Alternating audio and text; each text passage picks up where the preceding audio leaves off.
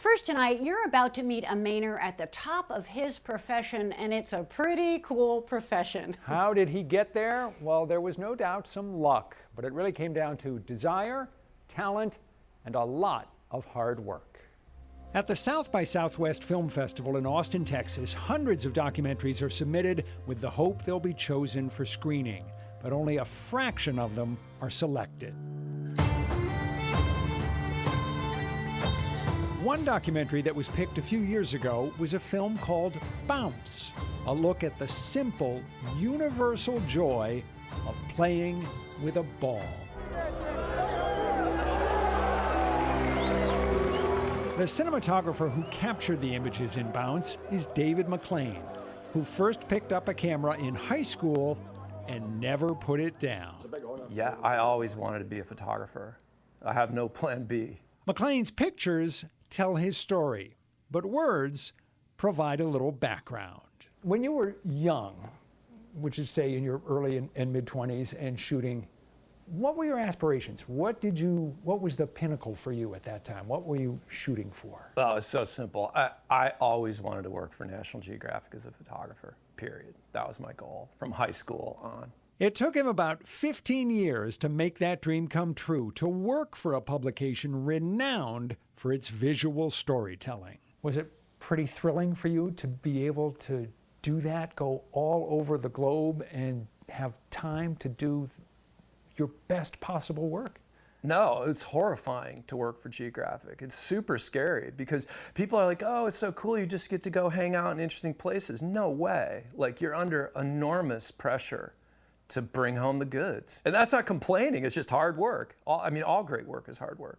McClain lives in North Yarmouth, and his job has taken him around the globe. One of his favorite projects, a series on places where people enjoy exceptionally long lives. How do you shoot older people with a fresh eye so it's not cliched? I wanted to make old people look amazing, because they are. And I think in our society, old people are looked down upon, brushed aside, not thought of as like cool, and I wanted to turn that on its head. Of all the places McClain has seen in the world, the most interesting to him is one that might surprise you: Greenland. It's one of the last great places left, period. I mean, there just aren't many places that you go to that are that epic and grand and exotic. When you went to some far-flung place and would spend an 18-hour day and you're there for a month, how many photos would you shoot?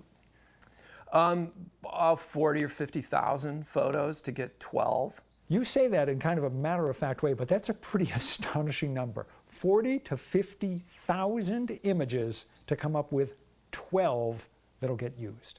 Yeah, and it gets even crazier, right? Because let's say each picture is about a 60th of a second. So I don't know, do the math. You basically have spent months capturing what boils down to, a 15th of a second of time, frozen.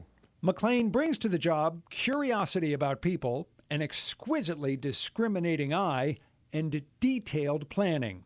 For each day of shooting in the field, he typically spends 3 days preparing. Obviously, when you go out on an assignment, you do not travel light, David. Oh, God, no. I always say half my job is moving like super heavy Pelican cases around and then taking stuff out of them and putting stuff back in them. The gear interests him, and smaller, lighter cameras often make his job easier. But he's not obsessed with the equipment, never has been. It's about the idea.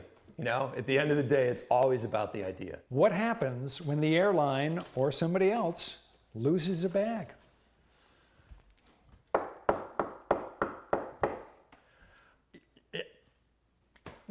Get out. Really? It's never happened?